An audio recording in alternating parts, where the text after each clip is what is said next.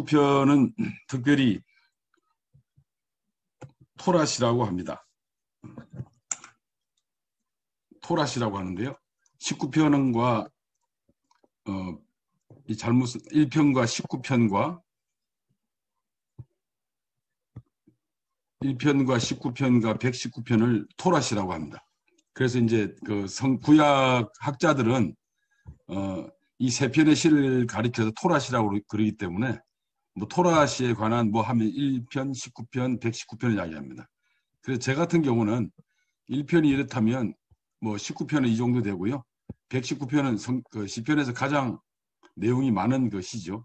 이런 식으로 구분합니다. 그래서 1편과 19편과 119편을 토라시라고 하는데, 이 토라라는 뜻은 율법이라는 게 우리가 이제 법이라고 생각을 많이 하시는데, 물론 그렇기도 하지만 뒤에 말씀드리겠지만 언어적으로는 또는 내용적으로는 지도나 이 가르침, 뭐 교훈하다는 그런 의미가 많이 들어가 있습니다. 그래서 오늘 그거를 여러분들이 아시기만 하면 19편 내용도 내용이지만 이 토라라는 의미를 좀 섞어서 이렇게 이제 말씀을 드리려고 합니다. 토라시의 그 중심 사상은 하나님께서는 유일한 신이며 세상을 창조하였으며 여호와께서 이스라엘을 선택하셨으며 애굽으로부터 구출하여 약속의 땅으로 인도하신 분이시다 하는 표현인데, 달리 말하면 창세기부터 이 신명기까지가 내용을 이야기하는 겁니다. 그래서 여러 학교에서는 보통 오경의 핵심론에 대해서 논하라 하면 이제 이런 내용들이 이제 핵심 사항으로 들어가는 거죠.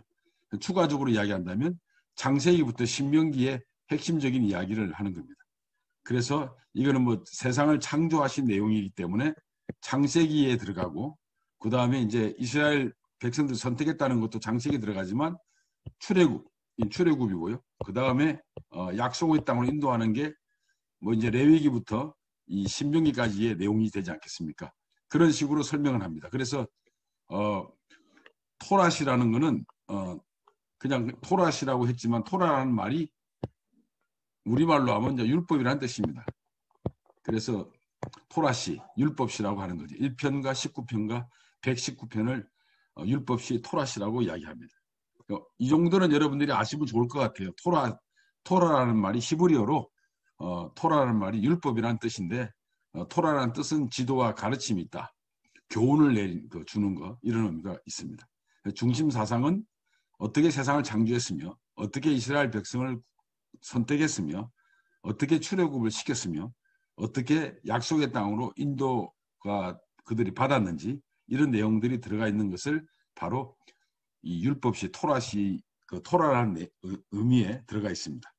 근데 이제 여기서 주목해야 될 거는 다 그렇진 않지만 일부 학자들은 이 오경을, 이 토라를 단순히 유대인 것으로 간주를 합니다.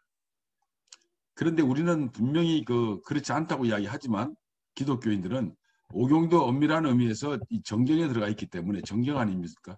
그래서 우리는 하나님 말씀으로 인정하고 있는 거죠. 받아들이고 있는 거죠.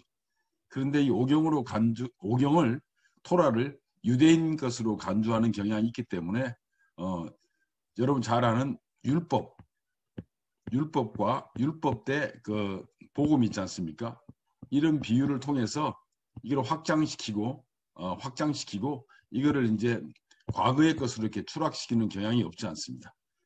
그래서 이제 개신교 일부 그리스도인들도 토라를 이제 구약 시대의 것으로 국한시키는 경향이 없잖아 있는데, 그건 이제 뒤에 설명을 드리면 아시겠지만 상대적으로 이제 그 신약보다는 가볍게 다루는 경향도 없지 않아 있습니다만, 과연 그것이 얼마나 문제가 있는지를 제가 이제 그 비교해서 설명하는 게 아니라 토라 자체의 내용을 통해서 여러분들께 이제 설명을 하면 좀 이해가 되실 겁니다.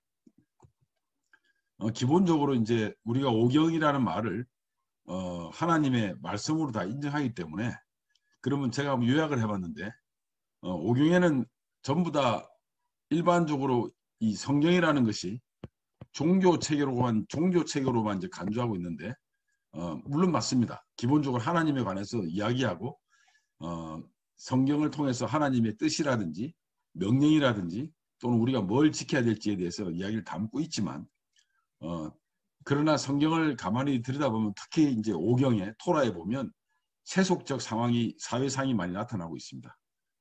사회적 현상들이 많이 유추할 수 있습니다.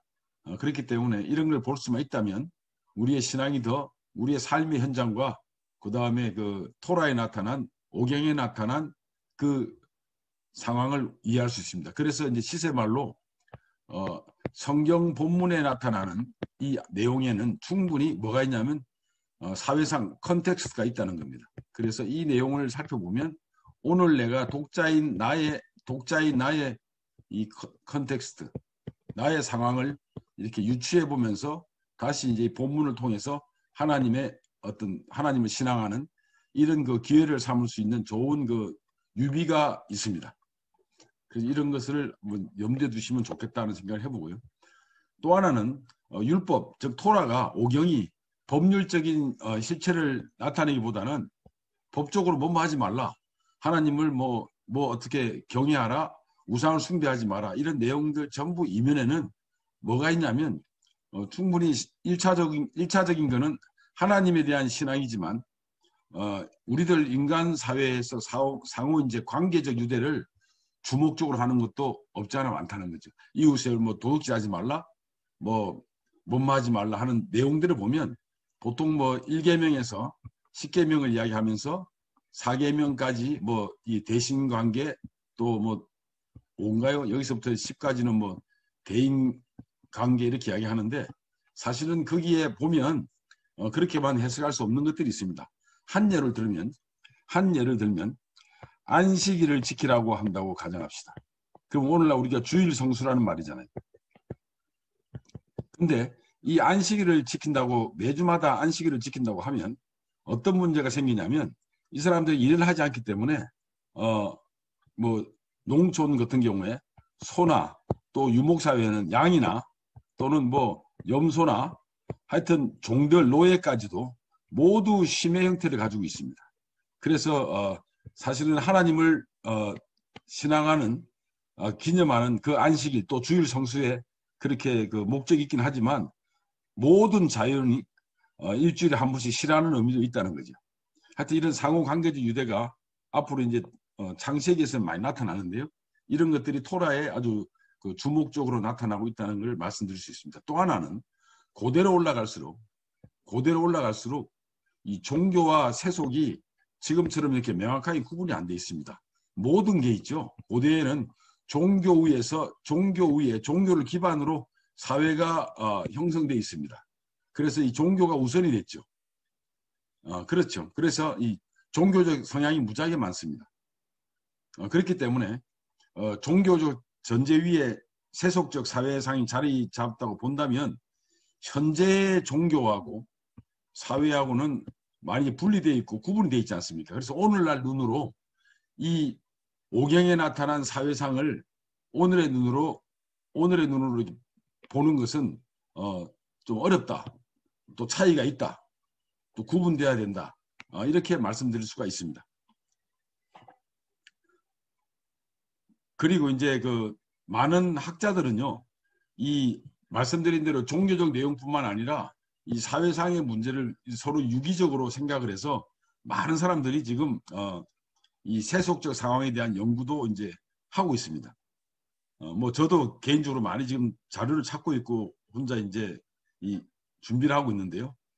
그리고 결론적으로 말하면 이 토라와 이 오경과 있죠. 오경과 이 시편이 누차 이야기하지만 고대 과거에 유대인을 향한 하나님 말씀일 뿐만 아니라 오늘 우리가 살고 있는 세속 사회에 살고 있는 우리들에게도 살아있는 말씀이라는 건 누구나 다 인정하기 때문에 충분히 우리는 토라를 통해서 하나님의 그 뜻을 또 하나님의 그 우리한테 명령하신 바를 우리는 그 충분히 알 수가 있다.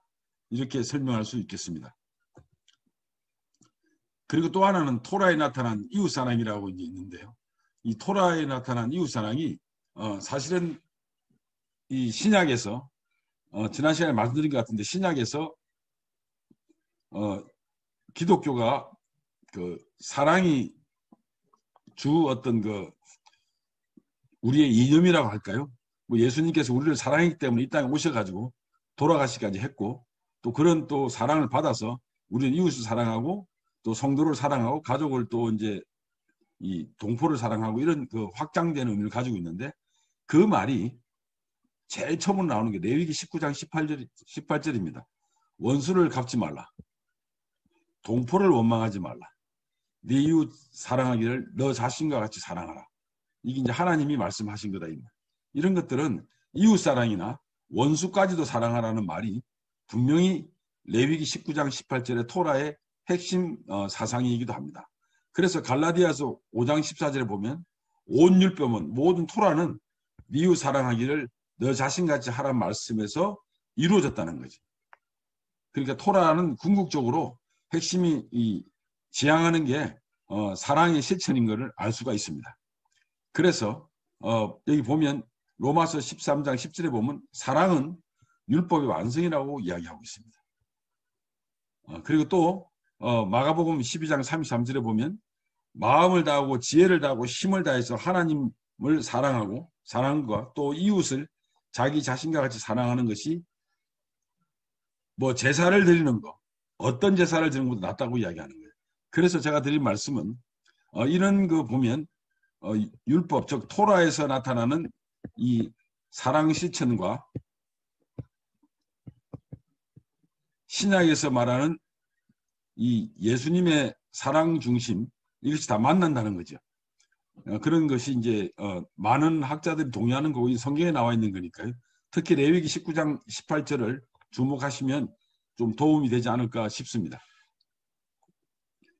뭐 잘 아시는 거죠. 율법이 유대인들은 약 613개를 그 율법의 조항들이 있습니다.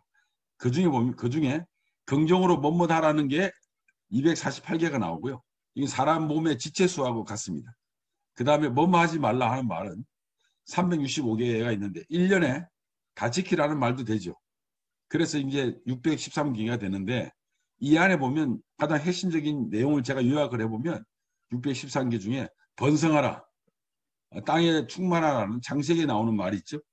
출산을 많이 하고 아주 그 자자손손 자식들이 번성하라는 이야기가 나오고 어떤 법으로 살아야 된다는 법도를 이야기하고 우상을 금지하는 거. 그 다음에 불법적인 도둑질하고 뭐 남을 뭐 해하고 하는 이런 것들 하지 말고 제사는 어떻게 지내라. 그런데 이런 것들은 이제 전부 다 나오는데 이 두 가지가 아주 주목해야 될 아마 여러분들이 좀 간과하기 쉬운 것들인데 토라에는 이런 내용들이 많습니다. 약자를 보호해라. 위생 보건을 강조했다. 특히 약자라면 뭘 이야기하냐면 고아, 그 다음에 이 과부라고 하죠. 혼자 사시는 분. 또 그 다음에 그 가난한 자, 뭐 이런 사람들. 그 다음에 여기 플러스 이 약자, 그 나그네 있지 않습니까? 나그네. 이런 것들이 이 대표적인 약자의 개념인데 우리가 그냥 생각하기에 나하고는 가난하지 않고 나는 뭐 과부가 아니고 나는 혼자 살지 않고 나는 고아가 아니라고 하는데 실상은 궁극적으로 따지면 사람은 누구나 혼자 살게 돼 있고 사람은 누구나 고아일 수밖에 없고 살다 보면 또 우리 인생이 나그네 같은 그런 인생이 아니겠습니까? 그런데 기본적으로 뭐라고 이야기하냐면 이 바탕에 왜 너네가 나그네를 불쌍히 해야 되는 줄 아느냐? 너네가 왜 고아 같은 인생인 줄 아느냐? 너네가 왜 과부인 줄 아느냐? 그리고 너네가 왜 가난한 사람인 줄 아느냐? 이 모든 것이 너네가 출애굽 전에 애굽에 있을 때 너네는 전부 다 이런 류의 사람들이었다는 걸 이야기해요. 실질적으로 그렇게 이야기합니다. 그런데 그래서 그때를 생각해서 특히 이런 사람들한테 그 도움을 주라고 이야기를 하죠. 그 다음에 뒤에 나옵니다. 이 이야기가. 그 다음에 나오는 이야기가 뭐가 나오냐면 위생보건을 강조하고 있습니다. 그래서 이게 무슨 말이냐면 음식법이 있고요. 정결한 음식을 먹으라는 것도 있고 어떤 짐승들이는 뭐 가축, 그 짐승이나 이런 음식을 먹지 말라는 것도 있고 그 다음에 뭐 여자가 그 하혈을 하거나 월경일 때 접근하면 부정하다든지 임신 여성보호법이라든지 이런 게 많이 나타납니다. 그래서 제가 오늘 특별히 시편하고는 좀 관계가 없지만 우리가 토라시를 하기 때문에 이 두 가지에 대해서 한번 준비를 해봤습니다. 그 약자보호법에 보면 출산할 때 보면요. 여러분들 주목을 하시는데 남아를 출산할 경우에 40일이 부정코, 여아를 출산할 경우에 80일 부정수입니다. 레위기에 나옵니다. 이게 무슨 말이냐면 출애굽할 때 여자의 숫자나 예수님께서 오병이의 기적을 일으켰을 때도 여자의 숫자는 카운트에서 빠졌습니다. 뭐 근대사에 보면 한 200년 이후에 여성 인권이 신장되기 시작했고 지금까지도 여성이 상대적으로 많이 이제 그 남성에 비해서 사회적인 어떤 약자에 있다는 것은 우리가 부인할 수는 없지 않습니까? 그런데 여기에 보면 그 당시에는 여성을 뭐 거의 카운트로 하지 않았기 때문에 여자가 그런 처지를 겪고 임신을 해서 아이를 낳았을 때 그 회복 기간이 회복이 쉽지 않습니다. 회복이 아주 그 남아를 출산할 때보다 회복이 더뎌요.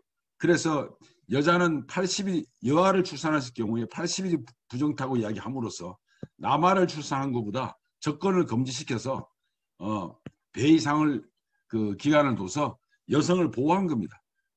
그래서 여성 여아를 출산한 경우에 부정해서 80일 동안 격리시키라고 하는 것이 사실은 산모의 회복을 위해서 산모의 회복을 위한 있잖아요. 하나님의 아주 배려였습니다. 이런 것들이 놀라운 거죠. 이미 그 레위기에 이런 말이 나와요. 그래서 여아를 출산했을 때 남아를 출산한 것보다 회복이 늦기 때문에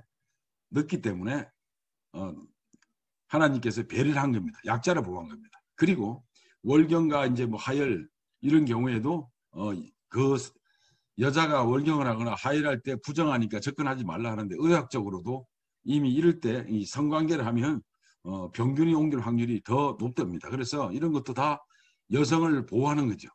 그 다음에 성폭력, 뭐 간음 금지법 이런 것들도 막 나와요. 이런 것들이 토라에 나온다 이거죠. 오경에 나온다는 거죠. 우리는 오경을 가지고 맞는 이야기지만 무조건 그 하나님에 대한 신앙으로만 생각하는데 맞습니다. 그러나 과연 하나님이 우리를 볼 때 하나님만을 열심히 믿고 따른다고 하는 사람들이 주변의 관계에서 어떤 평등한 관계나 화평한 관계가 유지 안 된다면 그것 또한 문제가 되지 않겠습니까? 그래서 오경에는 하나님에 대한 신앙도 나타나지만 이웃과에 대한 관계가 아주 다분하게 나타나는 소위 말하는 세속적 상황도 많이 나오고 있다. 그게 이제 오경에 관가할 수 없는 그런 주제들이라는 것을 말씀드릴 수 있습니다. 또 하나는 아까 말씀드린 나그네 고아 과부를 위한 법이 있습니다. 이 가난한 자를 다 포함되는데 히브리어에서 이 가난한 자라고 할 때 이런 것들이 다 이제 포함되는 용어입니다. 그래서 신명기 24장 19절에서 21절에 보면 네가 밭에서 곡식을 벨 때 그 한 뭇을 밭에 잊어버렸거든. 다시 가져오지 말고 나그네와 고아와 과부를 위하여 남겨두라고 합니다. 그리하면 네 하나님 여호와께서 네 손으로 하는 모든 일에 복을 내리시고 또 네가 감람나무를 마찬가지로 떤 후에 그 가지를 다시 살피지 말고 남은 것은 객과 이 나그네죠. 고아와 과부를 위하여 남겨두며 네가 네 포도를 딴 후에도 그것이 남은 것을 다시 따지 말고 객과 고아와 과부를 위해 남겨두라 합니다. 이런 것들은 전부 다 뭐냐면 이웃 사랑을 실천하는 겁니다. 불쌍한 사람, 이 약자를 보호하기 위한 하나님의 명령이었습니다. 우리나라도 옛날에 그 송편하는데 솔잎 있지 않습니까? 솔잎. 이런 경우에도 전통적으로 유래를 보면 이 솔잎은 누가 따왔냐면 이 고아나 이렇게 불쌍한 가난한 사람들이 솔잎을 따가지고 집집마다 이제 송편 만들 때 추석 때 이렇게 제공하면 그때 이제 떡도 주고 뭐 다른 음식도 주고 하는 거를 저도 이제 몇 번 경험했는데 옛날 어릴 때 이런 것들이 다 이제 그 약자를 보호하는 그런 의미를 가지고 있는데 특별히 이 토라에는 이 율법에는 오경에는 이런 내용들이 많습니다. 그래서 이웃 사랑에 대한 실천을 아주 이야기합니다. 우리 이런 이야기들 보면 이제 루시 떠오르지 않습니까? 그죠? 이런 것들이 많이 있습니다. 이런 것들을 염두에 두시면 좋겠다는 바람에서 이렇게 몇 가지 준비했습니다. 특별히 이제 위생보건도 제가 말씀드리려고 하는데 죽은 짐승의 고기를 먹지 마라. 이거 뭐 오늘날은 그때는 먹었는지 몰라도 요새 뭐 죽은 짐승의 고기를 먹을 사람이 있겠습니까? 이거 먹으면 상했기 때문에 위험하잖아요. 위생상으로. 그리고 지느러미와 비늘이 없는 거, 뭐 문어나 낙지나 쭈꾸미 같은 거 있잖아요. 이런 걸 먹지 말라고 그러는데 이게 이제 완숙을 하지 않으면 쉽지 않거든요. 그러니까 이런 것들이 이제 뭐뭐 하지 말라. 한 예를 들어보겠습니다. 뭐 지금은 난로가 없는데 난로가 없지 않습니까? 뭐 골로라고 뭐 옛날 일본 말씀이 했는데 집에 난로가 있습니다. 난로가 있는데 어린아이가 아기가 말귀를 못 알아듣는데 이것에 접근하면 혼나 하고 혼난다. 가지 마라. 아빠한테 혼난다 그러는 거예요. 그러니까 아이가 안 가려고 그러죠. 여기 접근만 하려고 그러면 뜨거운 난로에 가까이만 하려면 혼난다는 아버지의 말이 떠오르는 거예요. 그렇죠? 그런데 실상은 가서 이제 뭐 아이한테 말귀 잘 못 나는 아이한테 가면 뭐 어디 몸이 딘다든지 얼굴이 화상을 입으면 수술하고 이러면 뭐 고치기 힘들고 이런 설명하지 않잖아요. 뭐뭐 하지 말라 이렇게 합니다. 그런데 막상 그 아이가 잘못해가지고 가서 화상을 입었다 그러면 부모가 내가 하지 말라고 그랬지 이놈 하고 때리진 않은 거란 말이에요. 당장 병원에 가서 치료해 주려고 할 거 아니냐. 주님의 마음도 하나님 마음도 그런 걸 것 같습니다. 뭐뭐 하지 말라. 이유를 설명하지 않았어요. 뭐뭐 하지 말라.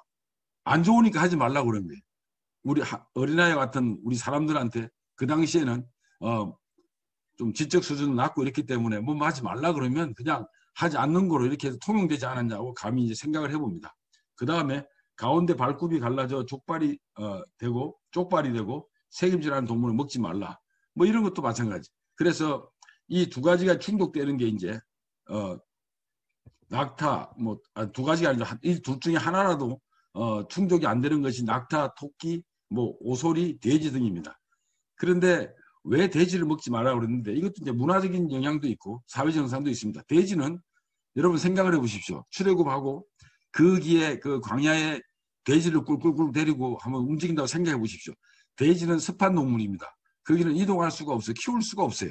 사회적 환경이 유목민 환경이라서 키우기에 용이하지 않아요. 그 다음에 돼지는 완숙이 필요해요. 여러분 출애굽에서 있죠. 가장 힘든 일이 뭐냐면 중요한 일이 뭐냐면 나무를 해오는 겁니다. 나무 해오는 겁니다. 이 나무를 해오려면요. 지금도 마찬가지지만 이 광야에 한번 가보십시오. 나무 구하기가 하늘의 별 따기입니다. 이게 보통 일이 아니었습니다. 그래서 안식일에는 불을 피우지 말라고 그래서 전날에는 전날까지는 안식일에 때울 것까지 있잖아요. 안식일에 그 구할 수 있는 나무까지도 이미 다 준비해 놓고 이런 사람들이었습니다. 그만큼 힘들었는데 불이 아주 중요했는데 불을 이 완숙하는데 완전히 삶아야 되잖아요. 돼지는. 그렇기 때문에 문제가 있었고 사회적 상징도 있습니다. 돼지는 게으르고 더럽고 하는 그런 상징도 있고 특히 돼지는 시리아나 이집트의 이방 종교의 제물이었습니다. 그렇기 때문에 이 네 가지 제가 요약해 보면 이 네 가지 환경 때문에 돼지의 경우에도 충분히 그럴 개연성이 있겠다 하는 생각을 해봤습니다. 아무튼 이 정결한 코셔라고 그러죠. 이 식사법에 이런 것들이 적용이 되는데 이 모든 것들이 다 배경에는 뭐냐? 위생보건이 있었다. 위생보건이. 그래서 이런 것들이 이제 오경에 토라에 나타난다고 보시면 되지 않겠냐. 자, 그래서 이제 본문으로 들어가면 시편은 그 시편 19편은 14, 14 구절로 되어 있는데요. 이게 많은 사람들은 이거를 두 가지로 나누라고 이렇게 주장을 하고 있습니다. 그러나 저 같은 경우는 이게 하나의 시라고 보는 게 한 가지로 할 건 주장하고 있는데 1절에서 6절까지는 한번 읽어볼까요? 하늘이 하나님의 영광을 선포하고 궁창이 그의 손으로 하시를 나타내주다. 날은 날에게 말하고 밤은 밤에게 지식을 전하니 언어도 없고 말씀도 없으며 들리는 소리도 없나니 그의 소리가 온 땅에 통하고 그의 말씀이 세상 끝까지 이르도다. 하나님이 해를 위하여 하늘에 장막을 베푸시도다. 해는 그의 신방에서 나오는 신랑과 같고 그의 길을 달리기 기뻐하는 장사 같다. 여기서 이제 해가 나오는데 이 해가 제 생각에는 비유하는 거죠. 해가 그냥 쫙 이 신랑처럼 신방에서 착 나온다 그러면 얼마나 화나겠습니까? 그 해가 나올 때 거기에 누구든지 다 얼굴을 다 드러낼 수밖에 없고 해를 다 맞이할 수밖에 없는 상황이에요. 그런데 비유해서 말하자면 토라 앞에서도 하나님 말씀 앞에서도 있죠. 토라 앞에서도 누구도 자신을 숨길 수 없다는 겁니다. 해 아래 만물을 숨길 수 없듯이 이 하나님 말씀 앞에서 만인이 자신을 숨길 수 없다 하는 말이 이 19편의 아주 특징입니다. 이게 19편의 핵심이라고 봐도 과언이 아닙니다. 19편. 그래서 해 아래서 만물이 숨을 수 없듯이 하나님 말씀인 토라 앞에서 만인이 자신을 숨길 수 없다. 뭐 이렇게 보는 것이 이제 19편의 핵심입니다. 특히 이제 비교하자면 1절에서 6절까지는 하나님의 호칭이 하나님으로 나오고요. 7절에서 14절에는 여호와로 나온다는 거죠. 그 다음에 두 번째로는 1절에서 16절까지는 긴 행의 문체가 되어 있는데 히브리어는 문체입니다. 문체인데 문제라고 해놨네요. 짧은 행의 문체가 이렇게 등장하고 있습니다. 이런 것들을 보시면 도움이 되지 않겠는가 싶습니다. 자, 그래서 제가 이제 19편을 하나의 시로 보는 이유가 첫째, 하나님의 영광이 1절 6절에서 자연을 통하여 높임받는 조물주로서 7절 14절에서 하나님이 자연뿐만 아니라 만물의 영장인 인간까지도 구속한다 하는 14절에 보면 나의 반석이시오 나의 구속자이신 여호와여 하는 말이 이제 나와요. 나의 반석이 나의 구속자. 이제 구속하시는 만유의 주라는 표현이 나오고, 둘째 말씀드린 것처럼 해와 토라를 대비시켜 가지고 통일성을 갖고 있습니다. 그래서 해 아래 만물이 숨을 수 없듯이 토라 앞에 인간이 자신의 허물을 감출 수가 없다. 12절에 보면 자기 허물을 능히 깨달을 자 누구뇨? 나를 숨은 허물에서 벗어나게 해달라 하면서 이 자신의 허물, 하나님 앞에서 토라 앞에서는 감출 수가 없다는 거죠. 그래서 이런 것들 우리가 달리 말하면 우리가 성경을 읽다가 우리가 정말 반성을 하고 죄를 하나님 앞에 자복하고 허물을 또 부끄러워하고 또 허물에 대해서 거울처럼 성경을 통해서 비춰볼 수 있지 않습니까? 그런 의미를 이제 말하는 거죠. 셋째는요, 만물이 여호와의 계획에 의해서 움직이듯이 1절에 보면 하늘이 하나님의 영광을 선포하고 궁창이 그의 손으로 하신을 나타내는다. 만물이 하나님 계획에 의해서 움직이듯이 인간도 토라에 의해서만 이렇게 움직이고 존재할 수 있다는 말로 이렇게 이제 우리가 표현할 수 있습니다. 이러한 통일성에 비춰볼 때 1절과 6절은 비유로 시작하는 도입부라면 7절과 14절은 이제 본론에 해당한다고 보시면 되겠습니다. 본론에 해당한다고 보시면 되겠습니다. 그래서 19편은 시편을 연구한 사람들은 어떤 분들은 하나의 시라고 두 개의 시라고 이야기하지만 저 같은 경우는 이게 하나의 시인 것이 하나의 시를 보는 것도 전혀 문제가 없다. 이렇게 이제 말씀드릴 수 있습니다. 이것도 지난번에 한번 말씀드린 것 같은데, 그래서 이제 그 19편에 보면 성경이 뭐냐 할 때 성경의 토라의 명칭이 율법으로도 나오고 증거로도 나오고 교훈으로도 나오고 계명으로도 나오고 경외하는 도로도 나오고 규례도 나옵니다. 이게 다 나오죠. 성경에 지금 명칭이. 그리고 이 오경에 19편에 이제 아주 잘 나오는데 이 여호와 율법은 완전하다. 그 다음에 증거는 확실하다. 정직하다. 순결하다. 정결하여 영혼까지 이른다. 확실하여 어렵다. 그래서 어떻게 하냐면 완전하기 때문에 내 영혼을 소생시키고 그 다음에 나를 지혜롭게도 하고 확실하기 때문에 정직해서 내 마음을 기쁘게 하고 순결해서 내 눈을 밝게 한다는 거예요. 이런 것들이 아주 아까 말씀드린 1절에서는 시편 1절에서는 율법과 복을 이야기합니다. 율법을 통해서 복을 받을 것을 이야기해요. 복 있는 자는 율법 있는 자라고 했는데 19절에서는 뭐냐면 이 토라에 있죠. 토라의 정체, 명칭은 명칭이지만 이 정체와 역할을 아주 자세히 설명하고 있습니다. 그래서 왜 율법을 읽는 사람, 토라 읽는 사람은 복을 받냐면 바로 이렇기 때문에 복을 받는 거예요. 영혼을 소생되고 지혜롭게 되고 마음이 기쁘고 눈이 밝게 되면 복 받는 자 아닙니까? 그리고 이제 119편은 어떤 내용이 되어 있냐면 119편은 이 전체를 무지무지하게 많이 예시를 들어서 확장시켜서 사례를 많이 이야기하고 있습니다. 119편은 시편 119편. 그래서 1편과 119편과 모두 세 편이 전부 다 토라시라고 우리가 이야기하는 겁니다. 그래서 제가 이제 한번 묵상을 해봤어요. 그래서 지금은 그런지 모르겠는데 하나님을 믿으세요라고 물으면 보통 사람들은 교회를 다닌다고 이야기해요. 우리 이런 이야기를 많이 하지 않습니까? 틀린 말은 아니죠. 하나님 믿기 때문에 교회를 다니겠죠. 근데 우리가 어떤 문제나 상황에 대해서 그리스도인들이 일반인 내가 그리스도는 했지만 약간 의심스러운 것도 있지만 대부분 다 무슨 문제가 생기면 그 해결책을 물어보면 뭐라 그러냐면 이분들이 우리 목사님이 그러시는데요 하는 이런 말을 무지무지하게 많이 해요.